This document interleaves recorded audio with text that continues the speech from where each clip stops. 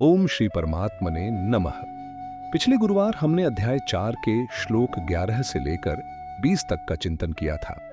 उन श्लोकों में भगवान श्री कृष्ण ने बताया कि जो भी जिस भाव से उनकी शरण में आता है वे उसी भाव से उसकी प्राप्ति करते हैं।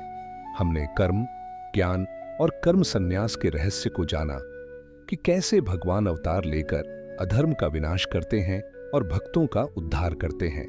कर्म का सही तरीका क्या है, निष्काम कर्म क्या होता है, ये प्रश्नों के उत्तर हमें श्लोक 20 तक प्राप्त हुए। आज हम आगे बढ़ते हुए श्लोक 21 से 30 तक को समझेंगे, जहां भगवान यज्ञ के विविध रूपों की व्याख्या करते हैं। ये श्लोक हमें सिखाते हैं कि जीवन का प्रत्येक कार्य यदि वह समर्पण, संयम और ज्ञान से किया जाए तो वह भी एक यज्ञ बन जाता है। यह केवल हवन कुंड में आहुति देना नहीं, बल्कि इंद्रियों का संयम, प्राणायाम, सेवा, दान, ज्ञान और यहां तक कि संतुलित भोजन भी यज्ञ हो सकता है। श्लोक 21। निर्विण्णात्मा यदा कर्ता नान्वेच्छति न कांक्षति निर्द्वंद्वो हि विमुक्तो हि युक्त इत्युच्यते तदा। भावार्थ, जिसकी आत्मा पूरी तरह संतुष्ट है, जो किसी फल की इच्छा नहीं करता और जो द्वंद्वों जैसे सुख दुख, मान अपमान से परे है, ऐसा मनुष्य कर्म करता हुआ भी वास्तव में मुक्त कहा जाता है। व्याख्या। भगवान श्री कृष्ण कहते हैं कि वह कर्म योगी जो हर परिस्थिति में संतुलित रहता है, जो न किसी चीज की इच्छा करता है और न ही किसी चीज से डरता है, वही सच्चा योगी है। उसका कर्म केवल कर्तव्य होता है, मोह या स्वार्थ नहीं। श्लोक 22। युक्तः कर्म फलम त्यक्त्वा शांतिमाप्नोति नैष्ठिकीम अयुक्तः कामकारेण फले सक्तो निबध्यते। भावार्थ, जो योग युक्त है और कर्म के फलों को त्याग देता है वह शाश्वत शांति को प्राप्त करता है, लेकिन जो योग युक्त नहीं है और फल की कामना से कर्म करता है वह बंधन में पड़ जाता है। व्याख्या। यहां श्री कृष्ण समझा रहे हैं कि सच्ची शांति उन्हीं को मिलती है जो निष्काम भाव से कर्म करते हैं, जबकि जो लोग कर्म के पीछे फल की लालसा रखते हैं वे हमेशा चिंता और दुख में फंसे रहते हैं। यह ही बंधन है। श्लोक 23। गत्वा सत्व शुद्धि परिपूर्ण ज्ञानमात्मनः कर्मणः फल संगम त्यक्त्वा त्यागे नैव तत्करः संशोधित पाठ अनुसार गत संगस्य मुक्तस्य ज्ञानावस्थित चेतसः यज्ञायाचरतः कर्म समग्रम प्रविलीयते। भावार्थ, जिस व्यक्ति ने आसक्ति त्याग दी है, जो मुक्त है, जिसकी बुद्धि ज्ञान में स्थिर है और जो यज्ञ, त्याग व सेवा की भावना से कर्म करता है, उसके सभी कर्म स्वतः नष्ट हो जाते हैं। व्याख्या। भगवान यहां कहते हैं कि जब हम कर्म को ईश्वर के अर्पण के रूप में करते हैं तब वह हमें नहीं बांधता। ऐसे व्यक्ति के कर्म भले वे कितने भी हों उसे मोक्ष के मार्ग पर ले जाते हैं, क्योंकि वह उन कर्मों में आसक्त नहीं होता। श्लोक 24। ब्रह्मार्पणम ब्रह्म हविर ब्रह्माग्नो ब्रह्मणाहुतम ब्रह्मैव तेन गंतव्यम ब्रह्म कर्म समाधिना। भावार्थ, जो व्यक्ति पूर्ण ब्रह्म भाव से युक्त है उसके लिए यज्ञ की समर्पण सामग्री, हव्य, अग्नि, आहुति देने वाला सब ब्रह्म ही है। ऐसा व्यक्ति ब्रह्म को ही प्राप्त करता है। व्याख्या। यह श्लोक अत्यंत गूढ़ है। यह बताता है कि जो व्यक्ति ईश्वर की एकता को हर जगह देखता है उसके लिए संपूर्ण जीवन ही यज्ञ बन जाता है। उसकी हर क्रिया एक उपासना है। ऐसा योगी ब्रह्म में ही लीन हो जाता है। श्लोक 25। दैवमेवा परे यज्ञम योगिनः पर्युपासते ब्रह्माग्नाव परे यज्ञम यज्ञ नैवोपजुह्वति। भावार्थ, कुछ योगी देवताओं की उपासना के रूप में यज्ञ करते हैं और कुछ लोग स्वयं ब्रह्म को अग्नि मानकर ब्रह्म में ही यज्ञ करते हैं। व्याख्या। श्री कृष्ण बता रहे हैं कि यज्ञ कई प्रकार के होते हैं। कोई देवताओं की पूजा करता है तो कोई ज्ञान से, ध्यान से, सेवा से यज्ञ करता है। मुख्य बात है भावना और उद्देश्य।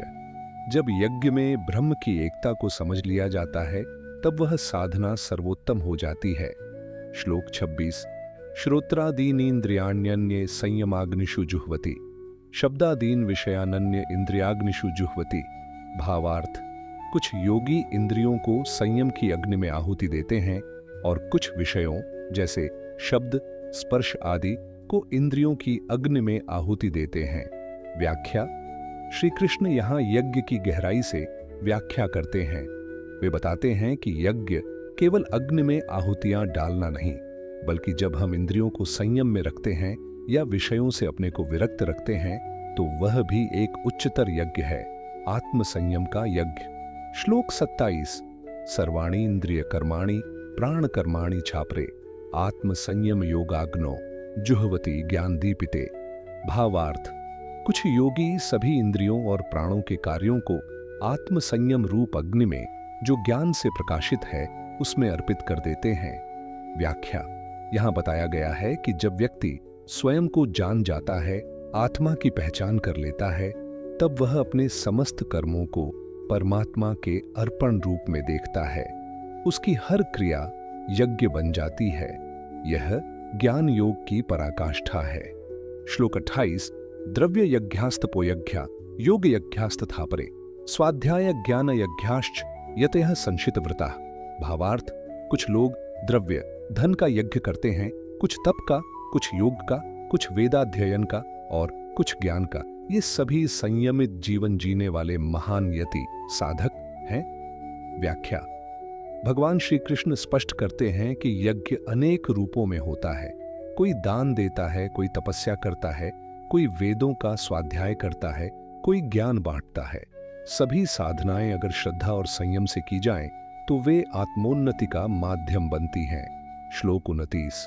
अपाने जुह्वति प्राणम प्राणेपाणम तथा परे प्राणापानगति रुद्ध्वा प्राणायाम परायणा।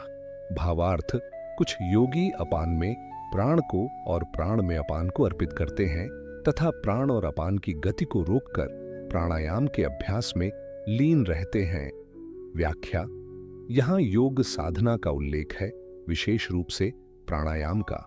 जब साधक श्वास को नियंत्रित करता है, प्राण और अपान वायु को संतुलित करता है, तो वह जीवन की ऊर्जा को स्थिर करता है। यह भी एक यज्ञ है, आत्मशुद्धि का। श्लोक 30। अपरे नियताहारः प्राणान प्राणेषु जुह्वति सर्वे पेते यज्ञ विदो यज्ञ क्षपित कल्मषा। भावार्थ, कुछ लोग नियमित आहार द्वारा प्राणों को नियंत्रित करते हैं और उन्हें अन्य प्राणों में अर्पित करते हैं। ये सभी यज्ञ को जानने वाले हैं और यज्ञ से उनके सारे पाप नष्ट हो जाते हैं। व्याख्या, संतुलित और शुद्ध आहार केवल शरीर के लिए ही नहीं बल्कि आत्मा की शुद्धि के लिए भी आवश्यक है। जो संयमित जीवन जीते हैं वे शरीर, मन और प्राण तीनों को यज्ञमय बना देते हैं। ऐसे यज्ञ पापों से मुक्त हो जाते हैं। आज के श्लोकों से हमने यह गहराई से समझा कि यज्ञ का अर्थ केवल अग्नि में आहुति देना नहीं है, बल्कि हर वह कर्म जो समर्पण, त्याग और संयम से किया जाए वह यज्ञ बन जाता है। चाहे वह ज्ञान का दान हो, तपस्या हो, सेवा हो, प्राणायाम हो या आत्मसंयम, हर साधना यदि ईश्वर को अर्पित हो तो वह आत्मशुद्धि का साधन बनती है। यही यज्ञ का रहस्य है। इन श्लोकों से हमें एक प्रेरणा मिलती है, अपने जीवन को यज्ञमय बनाने की, जहां हर कार्य प्रभु के चरणों में अर्पित हो। अगले गुरुवार हम अध्याय 4 के शेष श्लोकों श्लोक 31 से 42 तक का अध्ययन करेंगे, जहां भगवान श्री कृष्ण बताएंगे कि किस प्रकार यज्ञ के द्वारा पापों का क्षय होता है और ज्ञान की अग्नि किस तरह मोक्ष का द्वार खोलती है। तो जुड़े रहिए और अगले गुरुवार फिर मिलेंगे इसी आध्यात्मिक यात्रा के साथ। धन्यवाद।